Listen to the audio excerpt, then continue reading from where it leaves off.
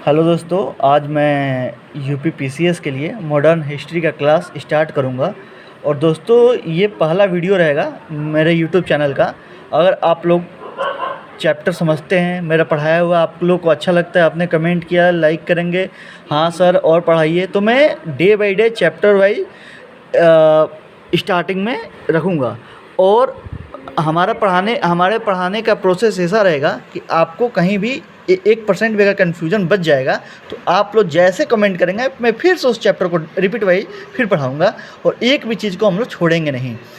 और हम लोग को मैं पहले मॉडर्न हिस्ट्री स्टार्ट कर रहा हूँ, और टॉपिक वाइज हम लोग पढ़ेंगे, चैप्टर वाइज पढ़ेंगे, एंड एक एक बेसिक जो है सबसे पहले हम लोग क्लियर करते हुए चलेंगे। और हम लोग का खुद का सेल्फ थॉट अपनाएंगे, प्रोसेस अपनाएंगे कि हम लोग किसी टॉपिक को खुद से कैसे समझते हैं, क्योंकि लास्टली हम लोग को लिखना खुद ही है। एग्ज़ाम में जैसे मेंस में आप जाएंगे तो 200-250 वर्ड खुद ही आप लिखेंगे, और आप लिख तभी पाएंगे जब आप अपना क्लियर किए रहेंगे।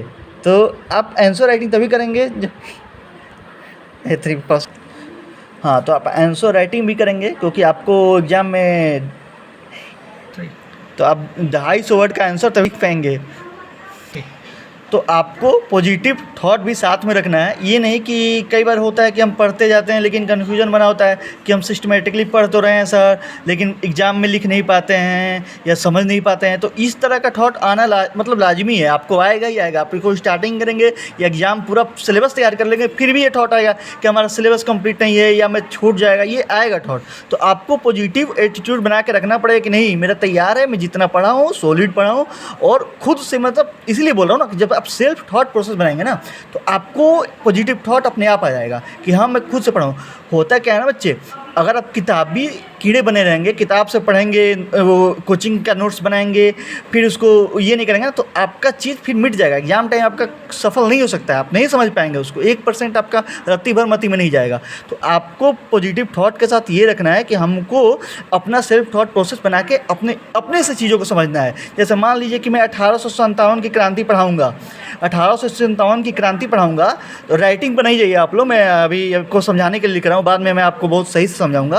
तो जैसे 1857 की क्रांति पढ़ाऊंगा तो इसको आपको अपने से लैंग्वेज से मैं समझाऊंगा, और आपको भी बताऊंगा कि आप अपने तरीके से समझिए। जैसे कि हम मान लीजिए मैं टीचर और स्टूडेंट के साथ नहीं, 2 स्टूडेंट बैठ के पढ़ रहे हैं, ऐसे पढ़ा जाएगा। तो आपको ऐसे पढ़ना है कि 1857 की क्रांति पढ़ा है, क्या मैटर था, क्यों 1857 में ही जाके ये स्टार्ट हुआ। तो इस प्रकार के थॉट आपको बनाना पड़ेगा, क्योंकि आपको एग्जाम में यही पूछेगा कि 1857 क्रांति के पीछे क्या क्या लक्षण थे, क्यों 1857 की क्रांति अचानक हो गई, या इसके पीछे धीरे धीरे प्रोसेस स्टार्ट हुआ। तो ये आपको एक एक चीज़ क्लियर रहना चाहिए, तभी तो आप लिख पाएंगे।